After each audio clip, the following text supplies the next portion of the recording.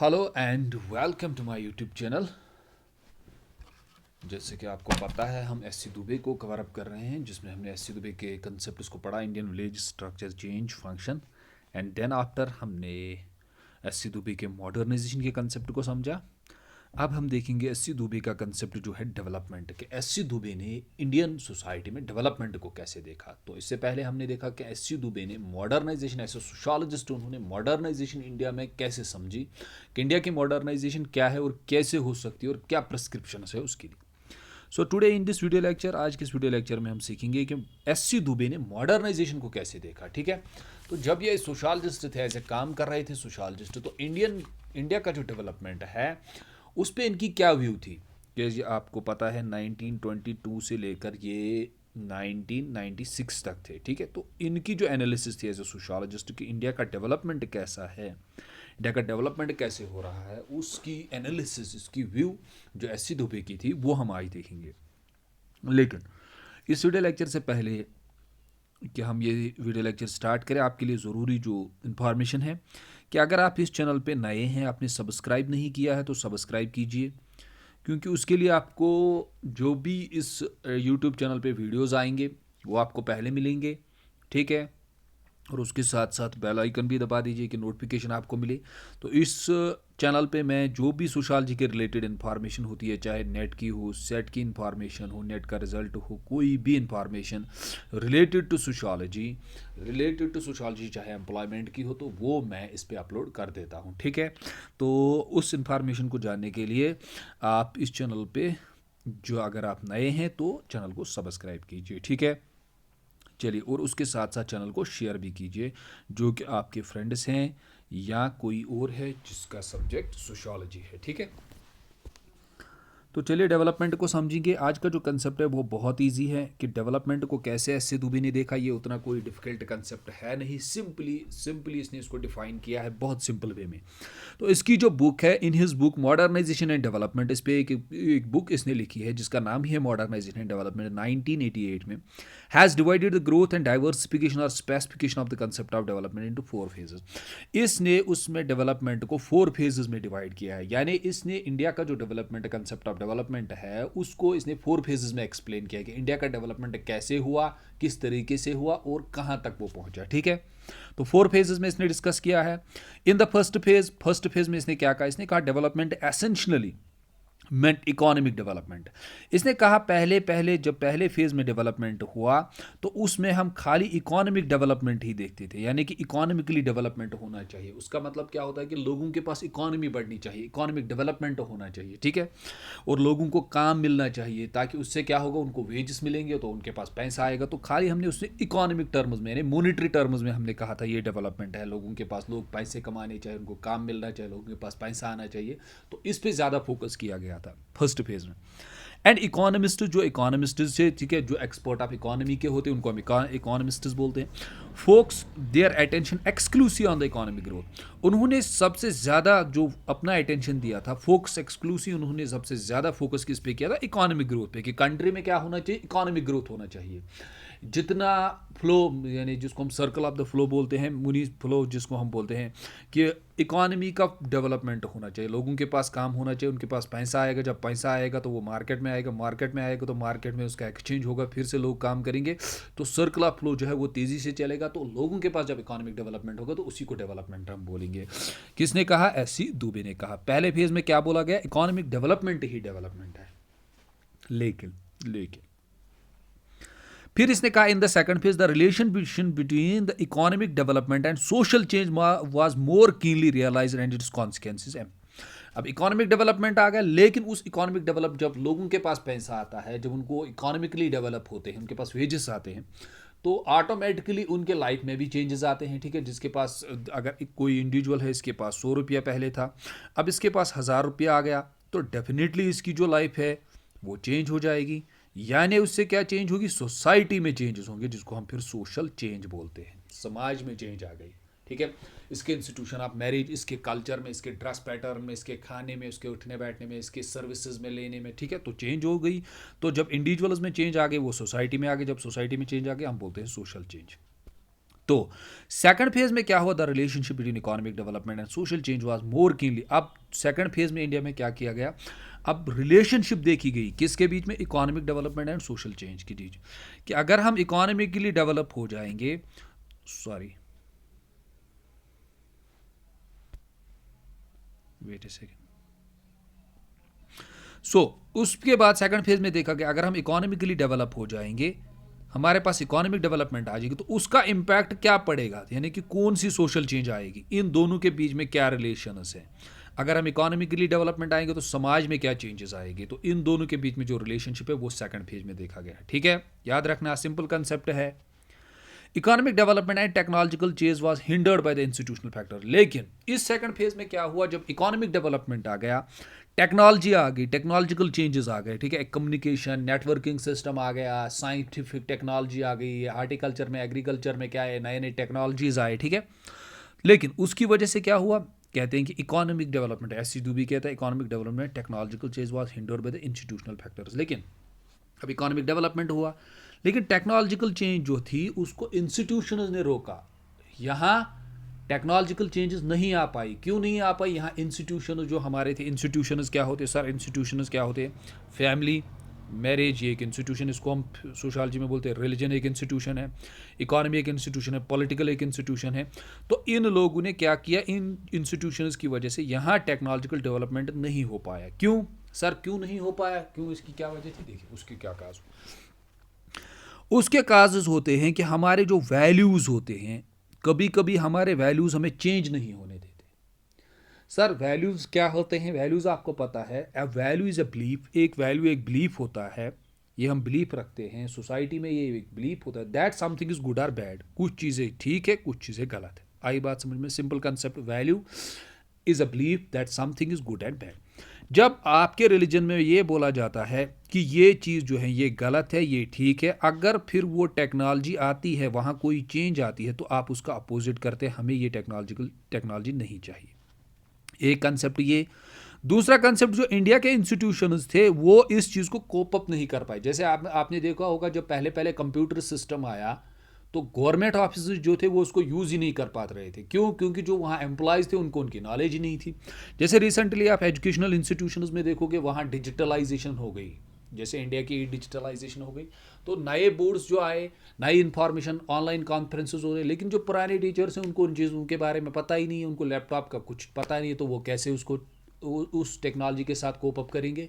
तो इसीलिए उन्होंने क्या कहा, उन्होंने कहा जो economic development and technological change was hindered by the institutional factors, in institutional factors की वजह से उनमें हिंड्रेंसेस हो गए, टेक्नोलॉजिकल डेवलपमेंट नहीं हो पाया। तो फिर क्या हुआ, फिर उसके बाद modification in the institutional framework of the society altered in the attitudes and values to be contemplated by the facilitate and accelerate the process of economic growth. तो पहले इंडिया ने क्या किया, पहले इंडिया ने इंस्टीट्यूशंस को अल्टर किया, in educational institutions को, फैमिली को, मैरिज को, उन्होंने टेक्नोलॉजिकल इंस्टीट्यूशंस खोले जहां नए बच्चों को नॉलेज दी गई इनके बारे में। तो जो वैल्यूज एंड नॉर्म्स थे वो चेंज हो गए, उसकी वजह से क्या होगा, उसकी वजह से टेक्नोलॉजिकल डेवलपमेंट हो गया। आई बात समझ में, सिंपल कंसेप्ट है। हम क्या कहते हैं, फिर वैल्यूज में चेंज हुआ to be complete facilitate and accelerate the process of economic growth. इसकी वजह से फिर एक्सेलरेट हो गया, जैसे हम एक्सेलरेट होता है, जब हम एक्सेलरेट गाड़ी को दबाते हैं तो वो तेज चलती है। पहले इंस्टीट्यूशन उसको चेंज किया गया, वहाँ नॉलेज दी गई, वहाँ के लोगों को अल्टर किया गया, उसकी वजह से फिर जो एक्सेलरेट था वो थोड़ा तेज हो गया technological development. So this revolution, जो ये रेवोल्यूशन आया, gave birth to the modernisation paradigm. तो इस चीज़ ने इंडिया को क्या किया, उस चीज़ ने इंडियन सोसाइटी में मॉडर्नाइजेशन लाई, मॉडर्नाइजेशन पैराडाइम लाया। पैराडाइम सर क्या होता है, पैराडाइम मॉडल, मतलब यहाँ मॉडर्नाइजेशन फिर ज़्यादा हो गई। क्यों? क्योंकि आप लोग टेक्नोलॉजी भी जानते हैं। जैसे सिंपली आप देखो कि हमारे जो हमारे पेरेंट्स हैं, उनके पेरेंट्स अगर हम वो बोलेंगे फ़ोन, उनको स्मार्टफोन चलाना ही नहीं आता, क्योंकि उनके बारे में नॉलेज ही नहीं है। ठीक है, तो इसी तरह से इंस्टीट्यूशनल फ्रेमवर्क चेंज किया गया, जिसकी वजह से फिर टेक्नोलॉजी को मोर यूज़ किया गया। साइंटिफिक इंस्टीट्यूशंस लाए गए, जैसे IITs इंडिया ने लगाए, ठीक है, तो बड़े बड़े इंस्टीट्यूशंस लगाए गए टेक्नोलॉजी के लिए, जिसकी वजह से फिर क्या हुआ, मॉडर्नाइजेशन डेवलप हो गई। कहाँ पे? इंडिया में। किस फैक्टर में बोलता है एस.सी. दुबे? सेकंड फैक्टर में, याद रख, सॉरी सेकंड फेज में। ठीक है, तो अकॉर्डिंग टू एस.सी. दुबे जो मॉडर्नाइजेशन का पैराडाइम इंडिया में आया वो सेकंड फेज में आया। ठीक है, सिंपल कंसेप्ट है। द थर्ड फेज में be described as a reactive and responsive. तो थर्ड फेज हम बोलते हैं, एस.सी. दुबे बोलते हैं, जो थर्ड फेज था उसको हम बोलते हैं रिएक्टिव एंड रेस्पॉन्सिव। रिएक्टिव का मतलब होता है सिंपल, जब हम रेस्पॉन्स किसी चीज़ को रेस्पॉन्स करते हैं, ठीक है। आपके पास कोई चीज़ है, आपके पास फ़ोन है, या कोई आपको हीट ज़्यादा बॉडी में लग गई, बाहर आग जल रहा है, तो आप भाग रहे हैं, तो आपने उसको रिएक्ट किया, रेस्पॉन्स किया, ठीक है। तो यहाँ के लोगों ने फिर इसको क्या किया, और रिएक्ट किया और रेस्पॉन्स किया, ठीक है। रेस्पॉन्स को भी हम बोलते हैं जब हम रिएक्ट करते हैं क्विकली किसी चीज़ को और पॉजिटिवली करते हैं, ठीक है, response. It was burn out of the strong reaction in an inadequate paradigm of development and modernization and responsive। तो यहाँ के लोगों ने कहा, क्या कहा, it was burn out of the strong reaction. यहाँ ये बोला गया, यहाँ एक स्ट्रॉन्ग रिएक्शन आई थी कि इन एडवोकेट पैराडाइम, जो आपने मॉडर्नाइजेशन का पैराडाइम लाया, ये इन एडवोकेट है, ये कंप्लीट नहीं है, of development and modernization and responded positively to more successful praxis of the development. तो दोनों चीज़ें लोगों ने, यहाँ के सोशल साइंटिस्ट, यहाँ के लोगों ने, या यहाँ के जो बड़े बड़े स्कॉलर्स थे, उन्होंने उस पैराडाइम को, उस मॉडर्नाइजेशन जो आया था इंडिया में सेकंड फेज में, उसको रेस्पॉन्स किया और रिएक्ट किया, और दोनों चीज़ों में रेस्पॉन्स और रिएक्ट किया। एक इन एडवोकेट पैराडाइम के कहाँ कहाँ प्रॉब्लम्स है, कहाँ कहाँ आप मॉडर्नाइजेशन में और भी चेंजेस ला सकते हैं, कहाँ कहाँ आपको प्रॉब्लम, जैसे हमने कल एस.सी. दुबे को कहा, उसने कहा कैसे इंडिया मॉडर्नाइज हो सकता है, कहाँ कहाँ प्रॉब्लम्स, कहाँ कहाँ सोल्यूशन करना है, एंड पॉजिटिवली। और कुछ लोगों ने उसका पॉजिटिव रेस्पॉन्स भी बताया कि मोर सक्सेसफुल पैराक्सिस। पैराक्सिस का मतलब क्या होता है, पैराक्सिस का मतलब होता है प्रैक्टिकल, कि कहाँ कहाँ चेंजेस आए हैं और कहाँ कहाँ प्रैक्टिकल साइड, कहाँ कहाँ किस किस एरिया में प्रैक्टिकली चेंजेस आए। तो दोनों चीज़ों में रेस्पॉन्स है, पॉजिटिव क्रिटिसिज्म भी हो गया और नेगेटिवली भी ये बताया गया, सॉरी क्रिटिसिज्म नहीं, पॉजिटिवली भी बताया गया कहाँ चेंजेस आए, और ये भी बताया गया कहाँ कहाँ इन एडवोकेट, कहाँ कहाँ चेंजेस नहीं आए, कहाँ कहाँ चेंजेस लाने हैं, किसमें, इस कंसेप्ट ऑफ डेवलपमेंट में, ठीक है। तो ये हो गया थर्ड फेज। अब हम देखते हैं फोर्थ फेज क्या था। देखिए, फिर कहते हैं एस.सी. दुबे, जो फोर्थ फेज था इस रिफ्लेक्सिव वन। रिफ्लेक्सिव वन क्या होता है कि यहाँ कुछ चीज़ें खुद ही हो गई, रिफ्लेक्सिव का मतलब ऑटोमेटिकली वो हो गई कुछ चीज़ें, done something automatically. One has to understand, यहाँ पे क्या समझना है, वर्ल्ड ऑर्डर, ठीक है। अब तक इंडिया क्या कर रहा था अपनी सोसाइटी में, इंडिया अपने ही देश में क्या कर रहा था, अपने ही देश में मॉडर्नाइजेशन एंड डेवलपमेंट कर रहा था। लेकिन जब फोर्थ फेज आया, one has to understand the world order, तो धीरे धीरे अब फोर्थ फेज में क्या हो गया, पूरा दुनिया, पूरा वर्ल्ड जो है वो किस में चेंज होने लगा, वो बॉर्डर्स उसने अपने खोल दिए और वर्ल्ड के साथ वो क्या हो गया, इंटीग्रेट हो गया। तो पूरा वर्ल्ड इंटीग्रेट हो रहा है, ठीक है। And also the national orders both have to be altered if human social survival is to ensure। तो अब जिंदा रहने के लिए आपको क्या करना है, आप एक कंट्री अलग एज नहीं रह सकते, आपको बाकी कंट्रीज के साथ भी क्या होना है, उनके साथ इंटीग्रेट होना है, तभी दुनिया में एक इंडिविजुअल जो है वो सर्वाइव कर सकता है। फिर एनवायरमेंटल क्राइसिस खड़ा हो गए, फिर एनवायरमेंटल इश्यूज, वेदर इश्यूज खड़ा हो गए, तो उसमें बड़े बड़े कन्वेंशंस हो गए, ठीक है, world order, social order, conflict को ख़त्म करने के लिए। तो धीरे धीरे फोर्थ फेज में क्या हो गया, वो इंडिया का जो डेवलपमेंट हुआ वो किसके साथ इंटीग्रेट होने लगा, वर्ल्ड के साथ इंटीग्रेट होने लगा, जिस कंसेप्ट को हम फिर क्या बोलते हैं सोशियोलॉजी में और सोशल साइंस में, उसको बोलते हैं globalisation, integration of world economy. जो धीरे धीरे वर्ल्ड की इकोनॉमी थी वो इंटीग्रेट हो गई, ठीक है। सो उसके बाद ये बोलते हैं the distributive aspect of the economic growth and the diffusion of the benefits of modern reflect is the development. So इसने फिर कहा जो distributive aspect of economic growth है, कि इकोनॉमिक ग्रोथ अगर को हम अगर देखेंगे, इसने कहा दुबे ने कहा अगर मैं इंडियन सोसाइटी में हम देखेंगे कि इकोनॉमिक ग्रोथ और मॉडर्नाइजेशन का जो रिफ्लेक्ट, जो डेवलपमेंट का वो किन चीज़ों में हुआ, किन लोगों में हुआ, तो उसके बारे में भी इसने फाइनली बताया। In fact development that makes no visible change in the degraded lot of the common man.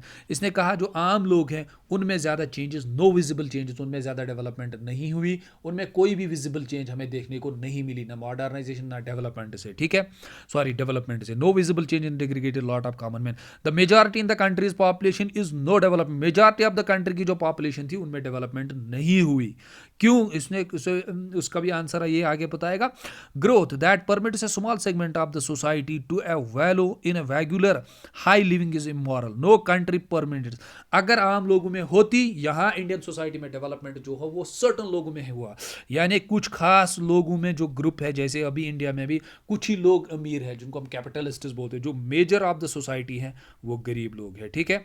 जो इकोनॉमिक डेवलपमेंट होता है वो किसी एक ग्रुप का होता है जिनका बिलियंस एंड ट्रिलियंस में बिजनेस चल रहा है, लेकिन आम जो मेजर मेजर लोग हैं वो अभी भी सफरिंग्स करते हैं, जैसे मिडिल क्लास जिसमें आते हैं इंडिया में, ठीक है। इसने कहा growth that permits a small segment of society value in regular high living is immoral. वो ग्रोथ एंड डेवलपमेंट जिसमें एक स्मॉल सेगमेंट, कुछ ही लोगों, कुछ ग्रुप, कुछ एक खास ग्रुप का डेवलपमेंट हो जाए, वो डेवलपमेंट नहीं होता है, वो इमोरल होता है, ठीक है। नो कंट्री परमिटिंग 6 मिलियन, देखिए फिर ये कहता है, ऐसे दुबई कहता है no country permitting 60 million children to remain under nurtured, कि अगर यहाँ पे होती तो अंडर नर्चर्ड 60 मिलियन चिल्ड्रन नहीं होते। Can justifiably register the claim that it is modern, क्या ये लोग यहाँ ये क्लेम कर सकते हैं कि इनकी मॉडर्नाइजेशन हुई है, इंडिया में मॉडर्नाइजेशन हुई है।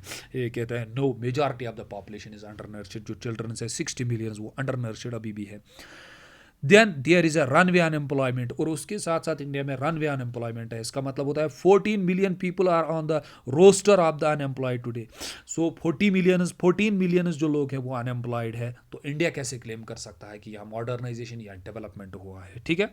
सो उसके बाद ये कहता है 40 million of the people are on the roster of, as an estimated suggested that 8,000 person are added to every day, कि अनएम्प्लॉयमेंट जो इंडिया में है उसमें 8,000 हर दिन एड होते हैं। So despite all the effort there is a little evidence of our capacity to arrest population exclusion, और स्टिल इंडिया पॉपुलेशन एक्सक्लूजन को कंट्रोल ही नहीं कर पा रहा है। पॉपुलेशन अभी भी इंक्रीज हो रही है, उसको कंट्रोल ही नहीं कर पा रहा। तो हाउ इट इज पॉसिबल कि इंडिया बोल सकता है हमारा डेवलपमेंट हुआ है? कुछ ग्रुप्स का डेवलपमेंट है, कुछ एक ग्रुप का डेवलपमेंट, कुछ खास लोगों का डेवलपमेंट। मेजॉरिटी ऑफ द जो पॉपुलेशन है वो क्या है, उनके बच्चे जो है 60 मिलियन अंडर नर्चर्ड है, उसके बाद अनएम्प्लॉयमेंट है, उसके बाद साथ साथ क्या है, उसके साथ साथ इसने कहा कि 8,000 हर दिन अनएम्प्लॉयमेंट को ऐड होते हैं।